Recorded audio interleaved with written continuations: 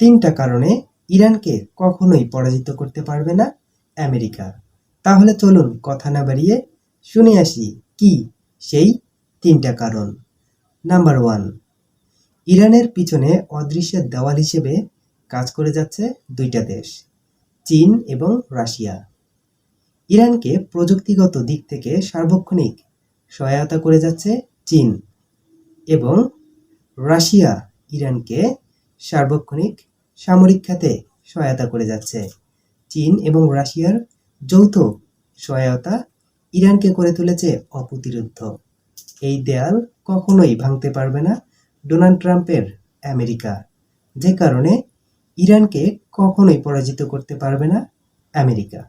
Number 2, ইরানের অদম্য ইচ্ছাশক্তি এবং মনোবল। হ্যাঁ বন্ধুরা, ইরানের প্রতিটা নাগরিক একটাই সিদ্ধান্ত নিয়েছে। তারা এটা বিশ্বাস করে তারা আমেরিকাকে পরাজিত করবে। তারা কোনোভাবেই আমেরিকার কাছে হার মেনে নিবে না। হ্যাঁ বন্ধুরা, এই বিশ্বাসটাই ইরানকে বহুদূরে নিয়ে গেছে। ইরান এ কারণেই কখনো আমেরিকার কাছে পরাজিত হবে না।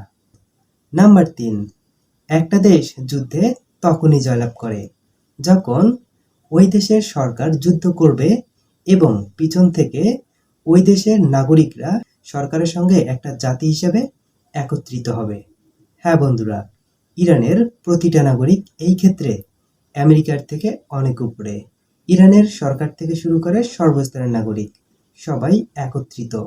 তারা যুদ্ধ করবে এবং যুদ্ধে আমেরিকাকে পরাজিত করবে। তাছাড়া তাদের কোনো উপায় নেই, এটাই একমাত্র পথ। হ্যাঁ বন্ধুরা, এই জায়গাতেও ইরান আমেরিকার থেকে অনেক উপরে।